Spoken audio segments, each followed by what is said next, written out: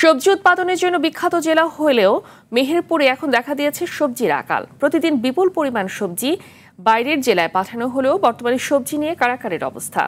পাইকারি বাজারে নেই চাহিদা মতো সবজি, প্রতিযোগিতার মাধ্যমে কিনতে যে ক্রেতাদের ঘাড়ে পড়ছে দ্বিগুণ দামের বোঝা।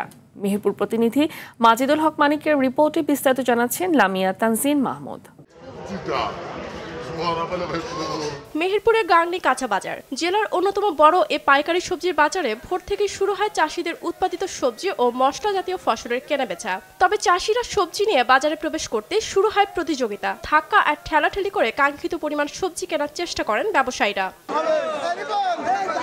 কেনার প্রতিযোগিতায় দাম বেড়ে হচ্ছে দ্বিগুণ। স্থানীয় বাজারে চাহিদা পূরণের মতো সবজির জোগান না পেয়ে হতাশ ক্ষুদ্র ব্যবসায়ীরা। এমন দাম বৃদ্ধিতে অসন্তোষ বিরাজ করছে ক্রেতা ও বিক্রেতাদের মনে। কাঁচামালে ব্যবসা করে তো মাল তো কিনতে পারছি না, দাম বেশি পেলে এভাবে কিভাবে ব্যবসা হবে? চাষির সাথে গঞ্জাম হচ্ছে, হাটে কি বেচা কিনা করার আমরা পরিস্থিতি পাইছি না। 45টা পটল, পালং শাক 40-50, ধনে পাতা 120, মাল না পেলে আমরা কিনবো কি করি? এদিকে সবজির বাজারে কেউ রসুন না কিনলেও আলুর দামের পানে লেগেছে কিছুটা হাওয়া। রসুনটা আপনার হচ্ছে নিচে 40 টাকা থেকে ওপর হচ্ছে 60 টাকা পর্যন্ত বাজার।